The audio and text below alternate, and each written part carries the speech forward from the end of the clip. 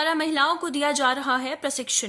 Jaipur team space free द्वारा जयपुर के आसपास के गांवों में महिलाओं को जागरूक करने के लिए जगह जगह दिया जा रहा है व उन्हें टीम स्पेस फ्री की ओर से फ्री सैनिटरी नैपकिन वितरण किया जा रहा है।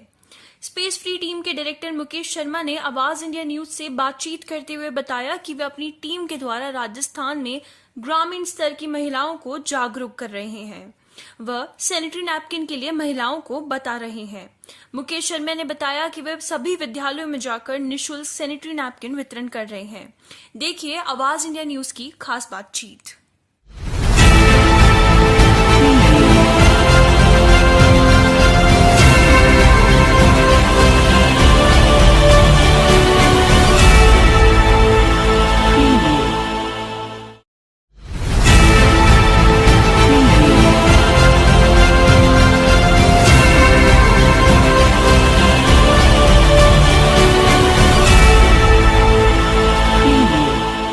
नमस्कार, आप देख रहे हैं आवाज इंडिया न्यूज और मैं हूं आपके साथ प्राची सैनी। तो दोस्तों, आज आपको मिलवाते हैं एक ऐसी शख्सियत से जो राजस्थान के जयपुर जिले के फागी तहसील से हैं। ये है मुकेश शर्मा, जिन्होंने पैडमैन के नाम से अपनी पहचान बनाई और राजस्थान में पैड का वितरण किया और उसके बारे में अवेयरनेस क्रिएट की। तो मुकेश शर्मा जी जो हमारे राजस्थान के पैडमैन हैं, उनसे मेरा पहला सवाल ये है कि इस मिशन के पीछे, इस एक उद्देश्य के पीछे आपकी क्या सोच है? मैम, आज भी हमारे भारत देश में ओवरऑल 20 से 30% महिलाएं सैनिटरी पैड्स यूज कर पाती है, चाहे से वो संसाधनों की कमी हो, चाहे से वो जानकारी का अभाव हो, चाहे से वो पैसों की समस्या हो। तो अभी शहरों में और गाँव में भी देखा जाए तो काफ़ी अंतर है। शहरों में आसानी से मिल जाती है और यहाँ की महिलाएं और बच्चियाँ इस चीज़ को जानती भी है, और चाहे से वो टीवी एड्स हो या गवर्नमेंट सप्लाई हो या कुछ भी, कुछ यहाँ आसानी से वो उपयोग करती है, मिलती है। गाँव में एक तो संसाधनों की कमी है, मिल नहीं पाता चीज़ें, और फिर वहाँ गरीबी है और इसको सैनिटरी पैड्स को इनके इस्तेमाल को लेकर कई भ्रांतियाँ हैं। तो हमने क्या है, स्पेस फ्री के द्वारा मेरी सखी मेरी जिम्मेदारी योजना चलाई, जिससे महिलाओं को रोजगार भी मिल सके और वो आत्मनिर्भर बन सके।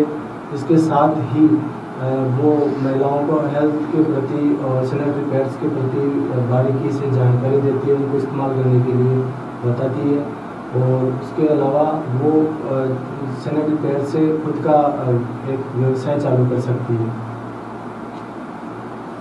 तो जैसा कि आपने बताया कि आपने महिलाओं की काफ़ी हद तक मदद की और अब चाहते हैं कि महिलाएं अपना जो व्यवसाय है उसे बढ़ाएं और ये जो पैड है इसका वितरण भी साथ में करें। तो मैं ये जानना चाहूँगी कि किस तरीके से आप महिलाओं की मदद कर रहे हैं? मैम, हमने एक गांव से एक महिला का चयन किया है। तो वो महिला अपने आसपास में जो भी गांव में उनको हर घर में सैनिटरी पैड्स पहुंचाएंगे, उनकी मीटिंग्स करके उनको सैनिटरी पैड्स के बारे में बताएगी, अपने हेल्थ के प्रति अवेयरनेस करेगी उनको। और इससे क्या है, हमने बाज़ार में ना देके उनको डायरेक्ट उनको मिलेगा, तो जो सारा मार्जिन है जो महिला है उनको भी बाजार भाव से कम दाम में वो सैनिटरी पैड्स उपलब्ध करवा देगी, और उसके साथ ही उस महिला को भी बाकी का कमीशन मिलेगा, जिससे वो खुद का व्यवसाय स्थापित कर सके और खुद का आत्मनिर्भर बन सके, खुद अपनी आमदनी स्थापित कर सके। तो जैसा कि आपने बताया कि कुछ आमदनी स्थापित करने के लिए महिलाओं को आपके साथ जुड़ना होगा और वो अपने इस कार्य से काफ़ी सक्षम हो सकेगी। तो मैं ये जानना चाहूँगी कि आखिर कितना माल या फिर कितने पैड्स एक महिला को लेना ज़रूरी है जब वो शुरुआत में आपके साथ जुड़ती है? वो बिल्कुल जहाँ उसकी स्थिति है वहीं से वो उस हिसाब से ले सकती है, और हमने कोई बाउंडेशन नहीं देखी कि आपको 50,000 रुपये का लेना है या 10,000 रुपये का। वो जैसे जहाँ से शुरुआत करनी चाह रहे हैं, जीरो से या कितने 100 पीस से भी स्टार्ट करना चाह रहे हैं वहीं से। और हमने 100% एक्सचेंजेबल रिफंडेबल हमने ये रखा है कि ऐसा नहीं है कोई अगर मामला नहीं करना चाह रहा और वो उनके पास स्टॉक पड़ा है, ऐसा नहीं है। अगर प्रोडक्ट में अगर कुछ कमी है तो वो हम खुला हुआ भी वापस लेते हैं सबसे। और इसके अलावा हमने हमारा टैगलाइन है स्पेशली का सेव गर्ल चाइल्ड, तो उसमें उसका ध्यान रखते हुए हमने जो महिला अपने हर गांव से चयन कर रहे हैं उसको हमने स्पेशली सखी नाम दिया है। तो स्पेशली सखी का कार्य यह रहेगा कि जिस गांव में वो काम कर रही है, जिस गांव की वो सखी है, उस गांव से अगर किसी बच्ची की शादी होती है बेटी की, तो उस बेटी की शादी के लिए होने से पहले 10 या 15 दिन पहले वो हमारी टीम को इन्फॉर्म करेगी। तो हमारी टीम स्पेशली की तरफ से हमारी टीम द्वारा उस बच्ची के गिफ्ट जाएगा, और एक गिफ्ट के अलावा उसमें एक मैसेज होगा जो उसको आगामी जीवन के लिए काफ़ी प्रोत्साहित करेगा। तो ये हमने ये सब कार्य सखी का रहेगा। और ये हमारा कार्य लाभ का नहीं हो के लाभ के साथ सेवा कार्य है। तो ये स्पेशली सामाजिक सरोकार पूरा करेगी, और हमारी पूरी टीम लगी हुई है, फीमेल्स टीम है हमारे पास जो सारी चीज़ें ये कर रही है। तो ये हमारा एक तरीके से मिशन है, और स्पेशली एक दिन ऐसे मेहनत करके ये सारी चीज़ लोगों को मिला के हम चल रहे हैं। तो एक दिन तो मैं आपसे ये जानना चाहूँगी कि आपके जो प्रोडक्ट हैं, आपके जो पैड्स हैं, उनमें ऐसी क्या अलग बात है जो बाकी पैड्स में नहीं है?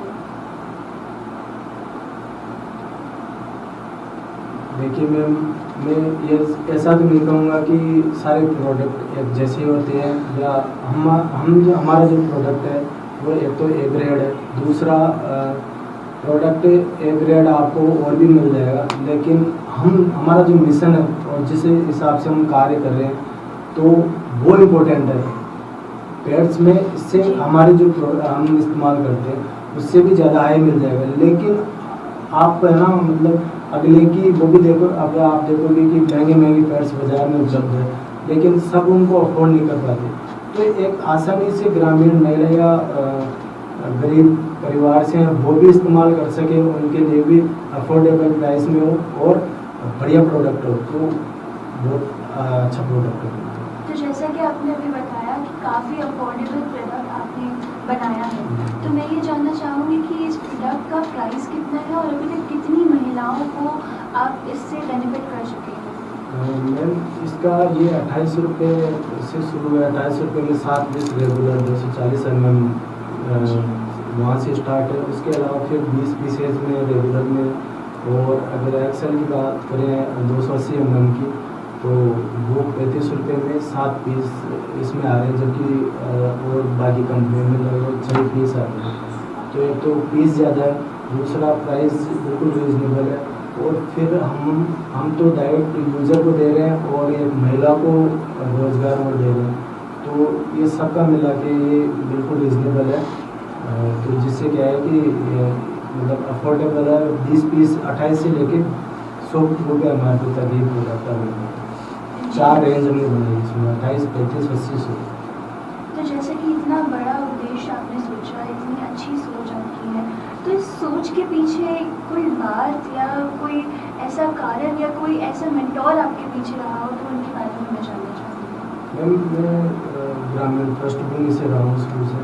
मेरा जन्म ग्रामीण में हुआ है, गाँव में पाली। मैं यहाँ 2007 में जयपुर आ गया था, तो फिर मैं यहाँ हॉस्पिटल में काम किया मैंने, और तो गाँव का शहर का दोनों का मेरे को रहने का और सारी चीज़ का अनुभव है। तो देखा कि ग्रामीण महिलाएं आती हैं, परेशान रहती है, तो इसमें क्या बीमारियां फैलती है, और मतलब वो जागरूक नहीं है अपने हेल्थ को लेके। चाहे कारण बहुत सारे हैं, चाहे संसाधन हो, चाहे से पैसों की समस्या हो या ज्ञान का अभाव हो। तो ये सब चीज़ें देखते हुए फिर मैंने निश्चय किया 2019 में। तो फिर भाई अपना खुद का घर में पहले हॉस्पिटल में जॉब करता था, काफ़ी अच्छी पोस्ट पे था, और फिर वहाँ से मैंने 2019 से फिर मैंने अपने गांव वहाँ रहकर सारी चीज़ों को रिसर्च किया, और फिर यही कि अपन ऐसा कोई कार्य करेंगे जिससे महिलाओं को रोज़गार भी मिले, और रोज़गार के साथ साथ उनका हेल्थ का और मतलब एक सेवा के साथ लाभ भी मिले, और एक को ना मिल के सबको मिले।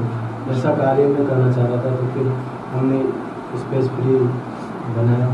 तो इससे हमारे को काफ़ी अभी 137 महिलाएँ हमारे से जुड़ी हुई है जिनका स्पेस फ्री से घर चलता है। वो काफ़ी अच्छा काम कर रहे हैं और हम सारी चीज़ पूरी टीम इसमें लगी हुई है। तो जैसा कि अभी सर ने हमें बताया कि ये जो इनका लक्ष्य है इसमें ना केवल महिलाओं की हेल्थ का ध्यान रख रहे हैं बल्कि वो उनके रोज़गार का भी ध्यान रख रहे हैं। चलते दिनों महिलाओं के रोज़गार को लेकर काफ़ी सारे सवाल उठते हैं और मुझे ऐसा लगता है कि कम से कम जो इनकी तहसील है, जो इनका गांव है, कम से कम वहाँ महिलाएं अपना रोज़गार ढंग से ढूंढ सकेंगी और अपने आप को सक्षम बना सकेंगी। तो मुझे लगता है कि ये जो एक इनिशिएटिव लिया गया है ये बहुत आगे तक जाएगा।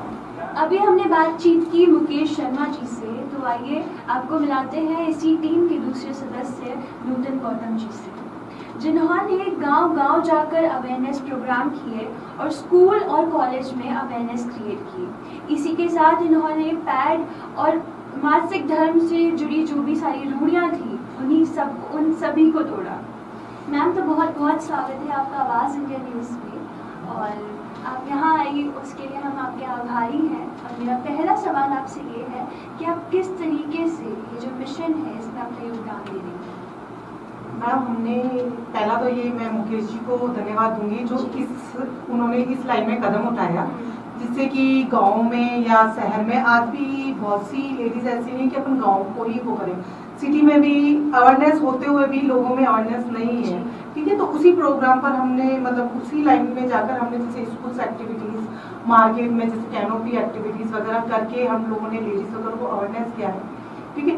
स्कूल्स वगैरह में हमारा प्रोग्राम रहता है जिसमें हम लोग सिर्फ सैनिटरी पैड को मतलब परचेज या उनको वो ही करना नहीं सिखाते, हम उसको यूज करना, डिस्ट्रॉय करना, सब कुछ हम लोग अवेयरनेस करते हैं। बाकी हम लोग क्वेश्चंस वगैरह भी करते हैं गर्ल्स को। आज भी ये सोचे कि गांव में ही अवेयरनेस नहीं है, ये मैं नहीं मानती, सिटी में भी नहीं है। हम लोग इतने पढ़े लिखे हैं, 24 घंटे हमारे पास मोबाइल रहते हैं, ठीक है। हम लोग मोबाइल में ब्लूटूथ पे हर चीज को सर्च को करते हैं सर्च, पर हम ये नहीं देखते कि हमारे लिए क्या बेनिफिट्स हैं।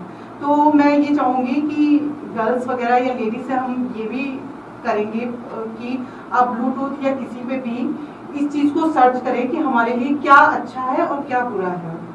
तो जैसे स्कूल्स वगैरह में हम इसको कैसे स्टार्टिंग करते हैं, जैसे गर्ल्स वगैरह को यूज करने का तरीका, उस टाइम पे क्या क्या प्रॉब्लम्स होती है, आपके लिए जो स्पेस फ्री या कोई भी प्रोडक्ट है आपके लिए फेथफुल है या नहीं है, उसके बारे में हम लोग बताते हैं। प्रोडक्ट में क्या क्या अच्छाइयाँ हैं वो बताते हैं।